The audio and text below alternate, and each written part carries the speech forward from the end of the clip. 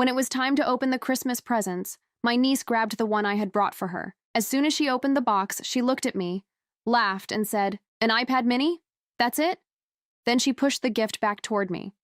I stood there for a few seconds, trying to stay calm. Then I got up, walked to the tree, and started gathering all the presents I had brought myself, 16 packages in total.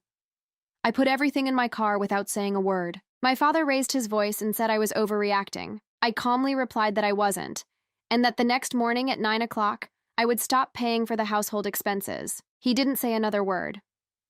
When I arrived at my parents' house that morning, I already knew how it would go. Every Christmas felt the same, crowded, noisy, full of expectations that no one ever met. My mother would try to make everything look perfect.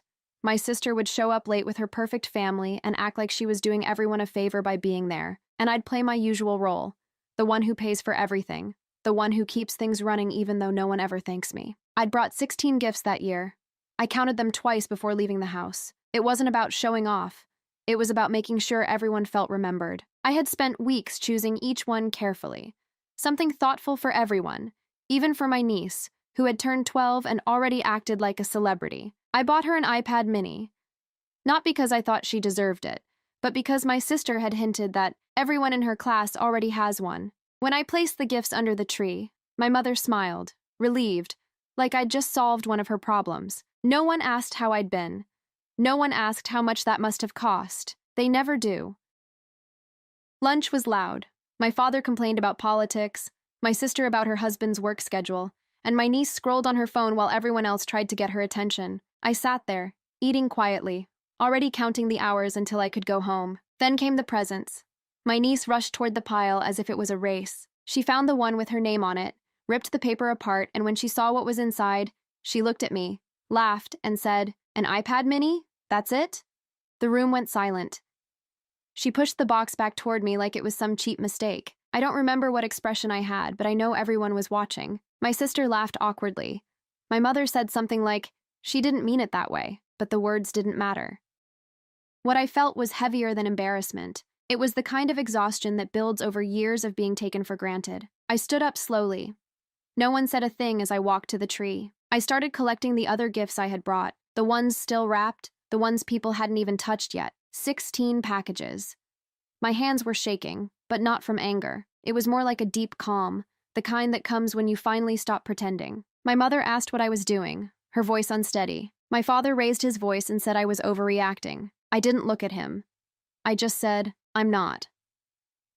I took the gifts to my car, one trip at a time. The cold air outside felt cleaner than the air inside that house. My heart was beating so fast it almost hurt, but I didn't turn back. When I closed the trunk, it sounded final, like something had ended right there in the driveway. When I went back in, my father stood up. He was angry, his face red, his jaw tight. He told me to sit down and stop making a scene. I told him calmly that I wasn't making a scene, that the next morning, at 9 o'clock, I'd stop paying for the household expenses. He didn't say another word after that. No one did.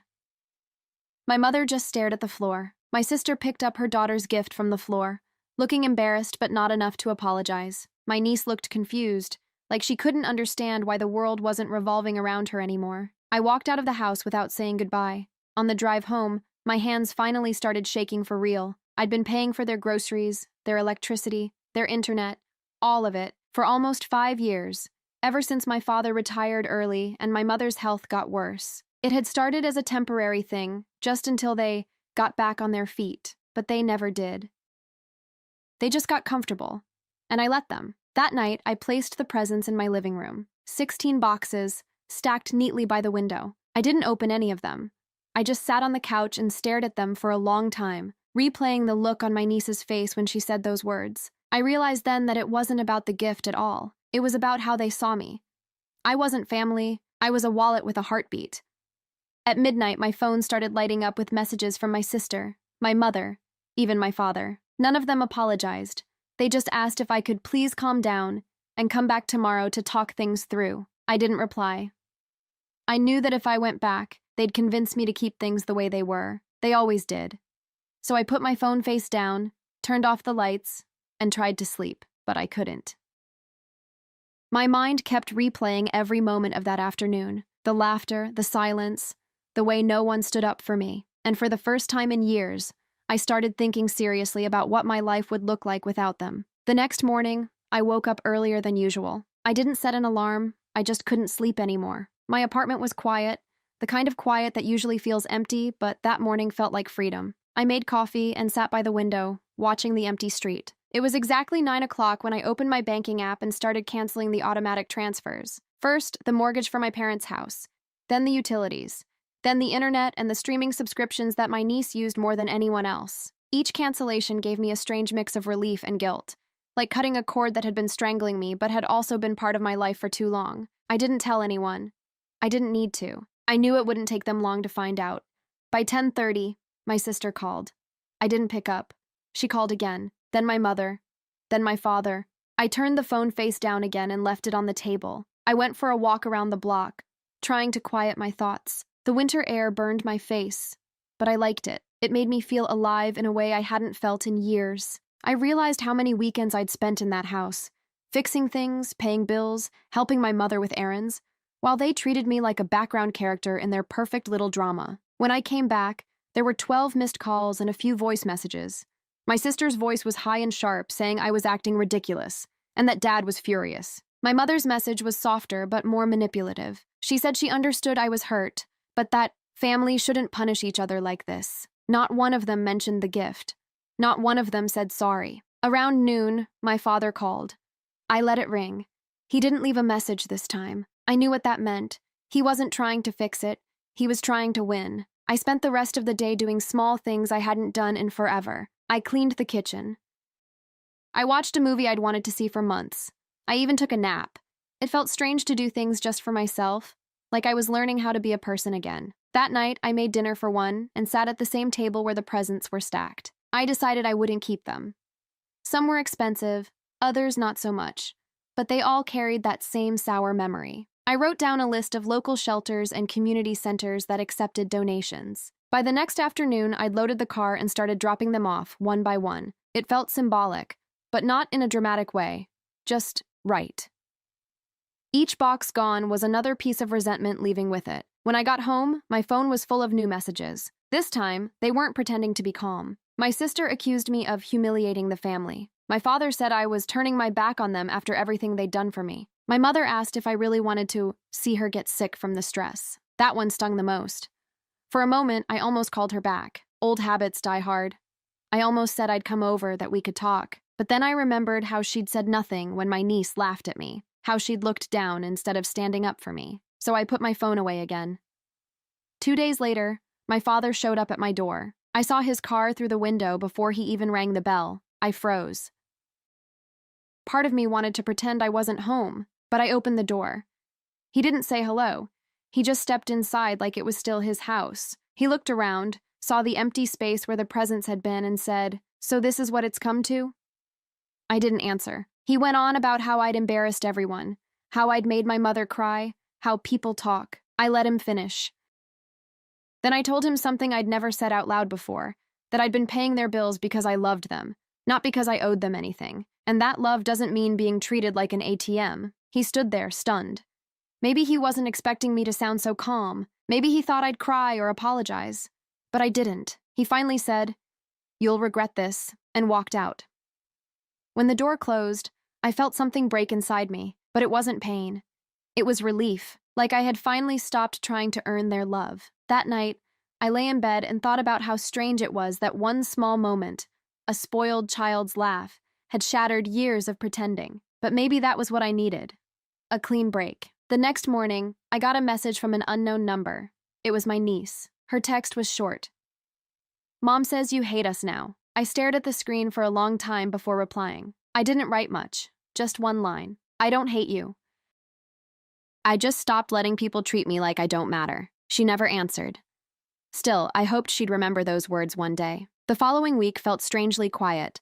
For the first time in years, no one from my family called, texted, or stopped by. The silence that once would have made me anxious now felt like a clean wound. Still tender, but finally healing in the right direction. At work, I noticed how much lighter I felt. I wasn't carrying the constant weight of everyone else's problems. No one was depending on me to fix things that weren't mine to fix. I didn't realize how drained I had been until the exhaustion started to fade. Still, I'd be lying if I said it didn't hurt. The first night after my father's visit, I kept checking my phone, half expecting a message that never came. I wasn't hoping for an apology exactly. I just wanted acknowledgement. Some sign that they saw me as more than a provider who suddenly stopped providing, but nothing came. On Wednesday, my coworker, Olivia, noticed I was quieter than usual. She asked if I'd spent the holidays with my family. I told her a little, just that it hadn't gone well. She didn't press for details, and I appreciated that. But as I told her I'd spent Christmas Day alone, her face softened in a way that made me realize how much I'd been craving simple kindness. That night, she texted me, asking if I wanted to grab coffee after work the next day. I said yes before overthinking it. The coffee shop was warm and crowded, full of the kind of chatter that feels like background music. We talked about small things, work, movies, her plans to visit her parents in Seattle. At one point, she asked, "Do you think you'll see your family again soon?" I told her honestly that I didn't know, that for once I wasn't rushing to fix things. She nodded and said something that stayed with me. Sometimes peace feels like distance.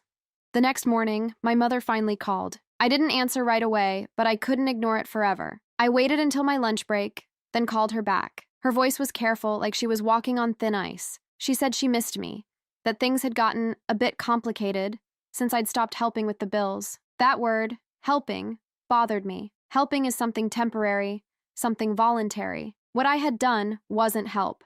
It was survival. For them, at my expense. She said my father was angry, but also worried. I could tell that meant more angry than worried. She asked if we could meet for lunch, just to talk. I agreed. We met at a diner halfway between our homes. When I arrived, she was already there, wearing the same red coat she always wore on holidays. She looked tired. Maybe she'd been crying, or maybe the years of pretending were catching up to her too. She started with small talk, trying to warm up the conversation. I let her. I didn't want to fight. Then she said, "You know your niece didn't mean to be rude. She's just young." I looked at her for a moment before answering. I told her it wasn't about the gift, or the comment, or even my niece. It was about everything that came before it. The way they always assumed I'd handle things. The way they never said thank you. The way no one ever stood up for me. Her eyes filled with tears, and she said she didn't realize how much I was carrying. Maybe she really didn't. Or maybe she just never wanted to see it.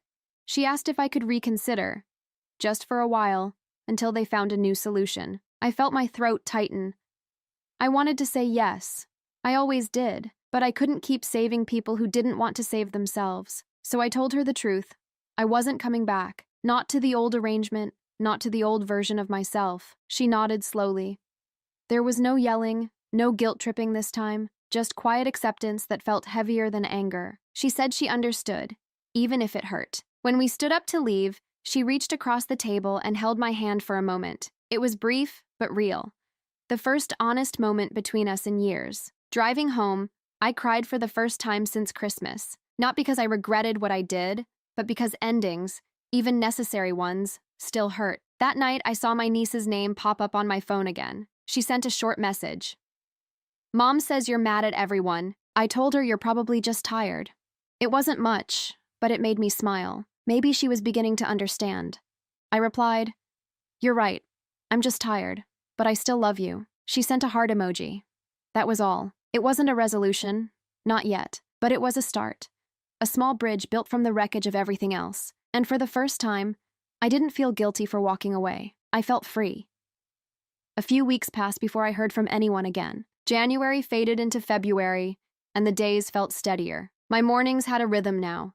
Coffee, a quiet drive to work, the comfort of coming home to a space that was mine alone. I didn't realize how much peace could come from simple consistency, but even peace can feel lonely sometimes. There were moments when I'd catch myself staring at my phone, wondering what my family was doing, whether they'd managed to adjust. I didn't miss the chaos.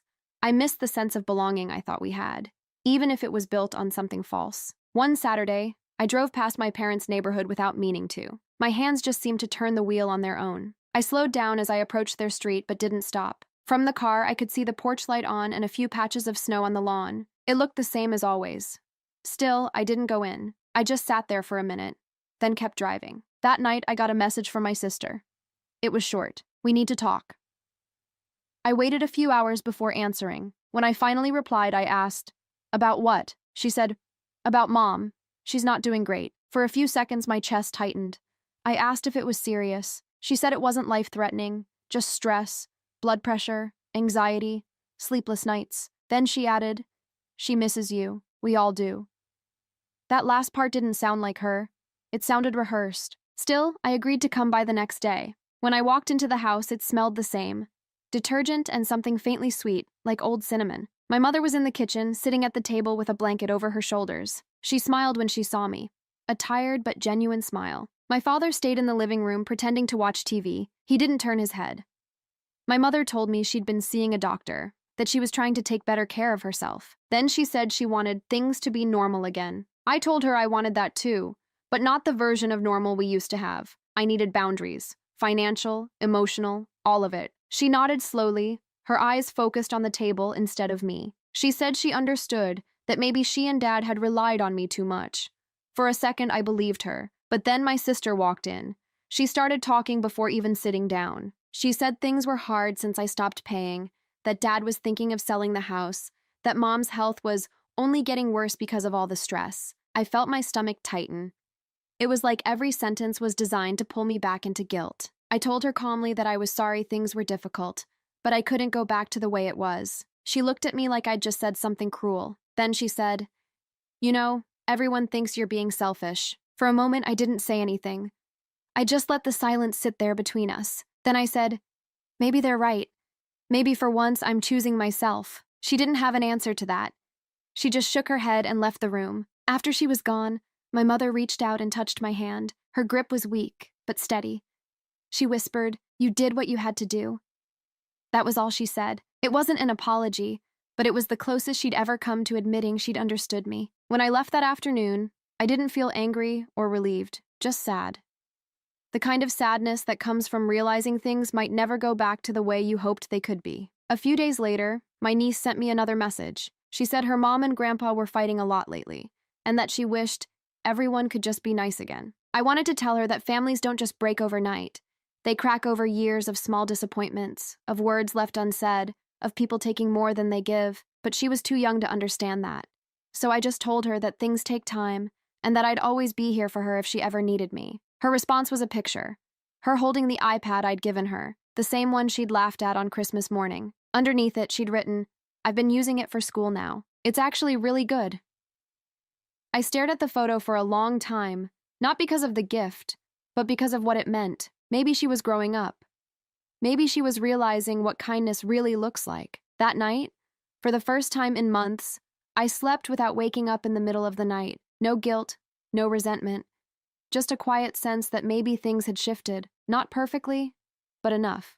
Because sometimes, peace doesn't come from fixing what's broken. It comes from accepting that you can love people deeply and still choose to step away. By March, life had settled into something that almost felt normal again. I was getting used to weekends that belonged only to me. I started cooking more, cleaning less obsessively, even picking up old hobbies I'd forgotten about, reading, sketching, and taking long walks without checking my phone every few minutes. It felt strange to rediscover myself, as if I'd been living in the background of my own life for years. Still, every so often, I'd feel a quiet ache when I thought about my family. Guilt doesn't vanish just because it's undeserved. It lingers, waiting for silence to fill. One evening, I got home from work and found a letter in my mailbox. Not an envelope, just a folded piece of paper with my name written in my niece's handwriting. Inside, she'd written that she was sorry for Christmas, that she hadn't meant to be rude, and that she missed me. She said she didn't really understand what had happened between everyone, only that things felt different now. She asked if I could come watch her school play next week. I read that letter 3 times.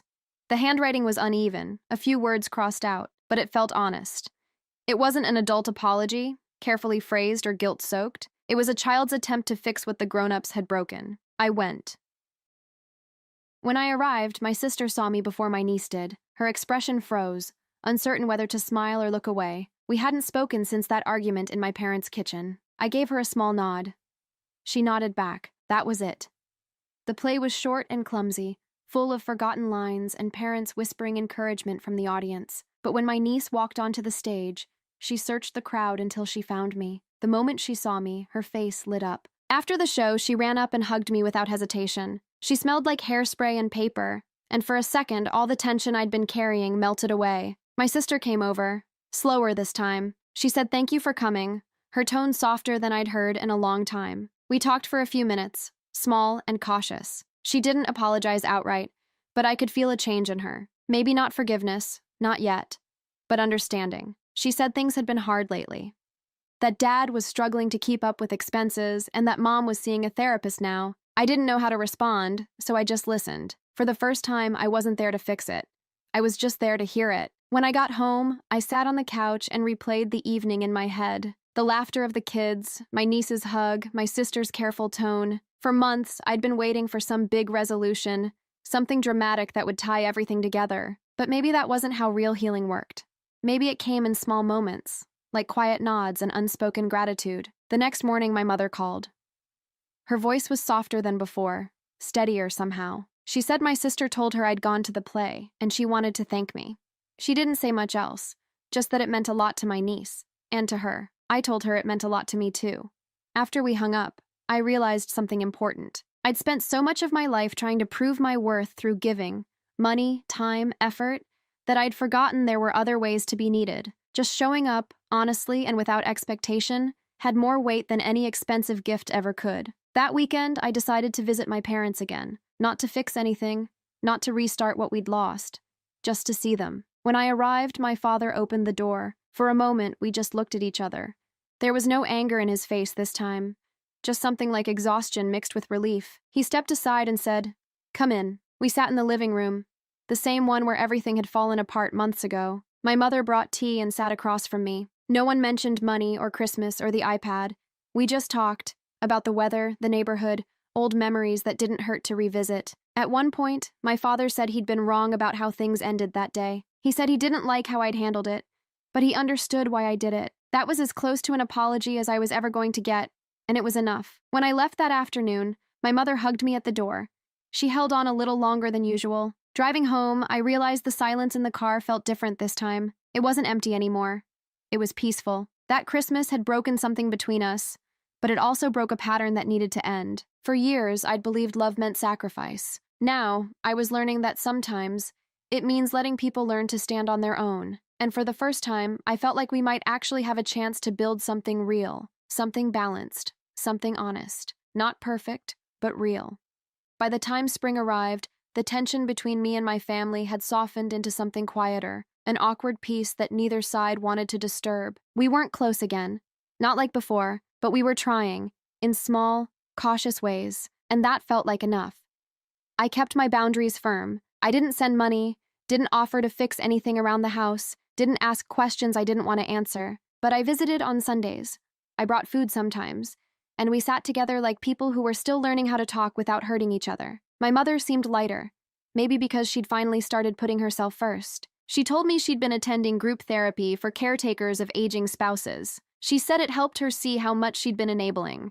Not just my father, but all of us. My father stayed quiet most of those visits. He wasn't hostile anymore, just reserved. Every now and then, he'd make a small comment that caught me off guard, asking about my job, my apartment, the new book I was reading. I could tell he was trying in his own way, though pride kept him from saying it directly. One Sunday after lunch, I caught my niece sitting at the kitchen counter with her iPad. She was working on a school project, something about designing a presentation. When she noticed me watching, she smiled and said she'd finally figured out how to use all its features. Then she looked up and said almost shyly, "I really like it now." That sentence stayed with me all day, not because of the iPad, but because of what it meant. She'd grown a little since that Christmas.